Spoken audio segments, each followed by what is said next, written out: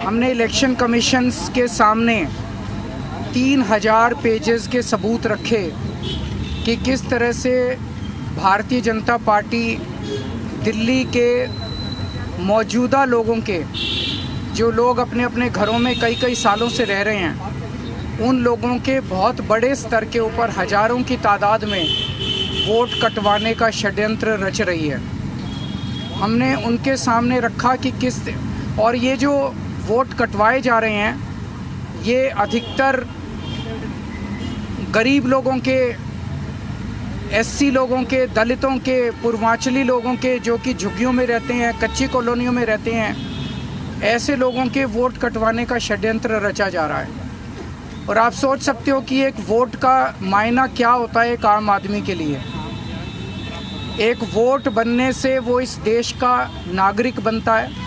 तो जब आप किसी वैलिड आदमी के, लीगल आदमी के वोट कटवा देते हैं तो उसका नागरिकता का आधार आप छीन रहे हैं, इस देश में रहने का अधिकार छीन रहे हैं।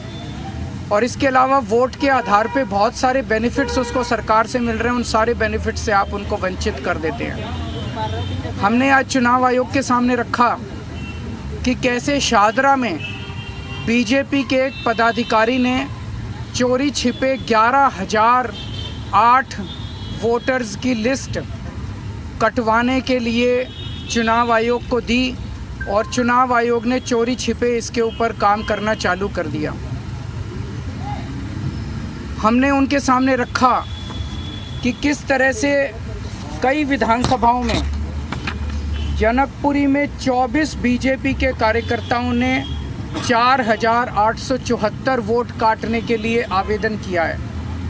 तुगलकाबाद में 15 बीजेपी के वर्कर्स ने 2,435 वोट काटने के लिए आवेदन किया है। तुगलकाबाद के एक पोलिंग बूथ की तो कहानी बहुत ही अजीबोगरीब है। बूथ नंबर 117, इस बूथ पे 1337 टोटल वोट हैं।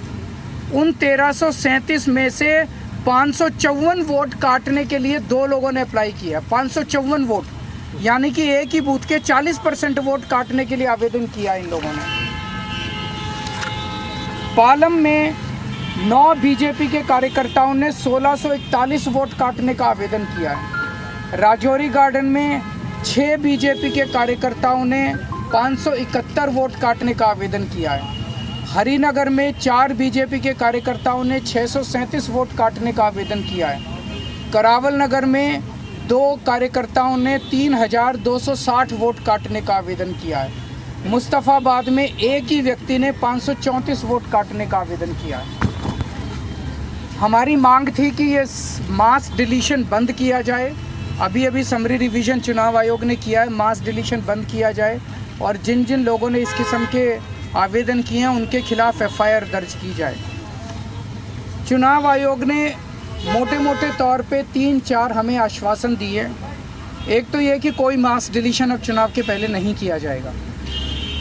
दूसरा ये कि अगर कोई भी डिलीशन किया जाता है तो वो लिस्टों के आधार पे नहीं किया जाएगा। किसी को भी अगर डिलीशन कराना है तो उसे फॉर्म 7 भरना पड़ेगा, उसी के आधार पे डिलीशन होगा। और अगर चुनाव आयोग तय करता है कि कोई डिलीशन होना है तो उस पर पहले फील्ड इंक्वायरी होगी और फील्ड इंक्वायरी में BLO जो है वो अपने साथ बाकी पार्टियों के पदाधिकारियों को, रिप्रेजेंटेटिव्स को भी साथ लेके जाएंगे। तो सभी पार्टियों के रिप्रेजेंटेटिव्स के साथ फील्ड इंक्वायरी होगी और उस फील्ड इंक्वायरी के बाद ही किसी का नाम काटा जाएगा। ये बहुत बड़ा आज एश्योरेंस है चुनाव आयोग का।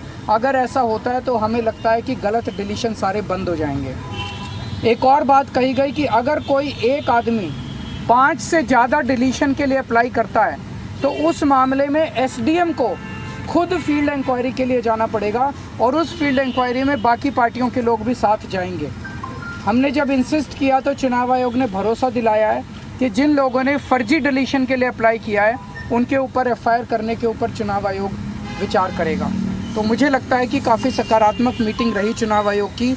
जो आज एश्योरेंसेस चुनाव आयोग ने दिए हैं, अगर ये सारे एश्योरेंसेस पूरे हो जाते हैं तो मैं समझता हूँ कि दिल्ली के लोगों को फिर मास डिलीशंस की जो एक चिंता है वो चिंता करने की ज़रूरत नहीं पड़ेगी। संज्ञान में खुद से लेके चुनाव आयोग करेगा, आप लोग की तरफ से किया जाए? हमने सारा डेटा आज मैंने कहा 3000 पेजेस का डेटा हम देके आए हैं। सर आपने कोई नाम सुझाया है जिनके खिलाफ होनी चाहिए? वो सारे जिन जिन लोगों का, एक तो शादरा के BLA बीजेपी का जो BLA उसके खिलाफ होनी चाहिए, और दूसरा जिन जिन लोगों ने जिन जिन विधानसभाओं में गलत डिलीशन के लिए दिए वो सब नाम हम देके आए हैं। सर कल जब आप बैठक ये दिल्ली वाला मसला भी आप उसमें सुप्रीम कोर्ट में ऐड करेंगे? किसमें? ये डिलीशन वाला जो मुद्दा है महाराष्ट्र को लेके जो पिटीशन फाइल हो रही है सुप्रीम कोर्ट में जाया जाएगा, महाराष्ट्र में जो हुआ वो उसमें ये वाला इंक्लूडेड है, ये नहीं। सर आज आपने फिर से क्लियर किया कि दिल्ली में गठबंधन नहीं होगा, बस नहीं होगा। Sir overall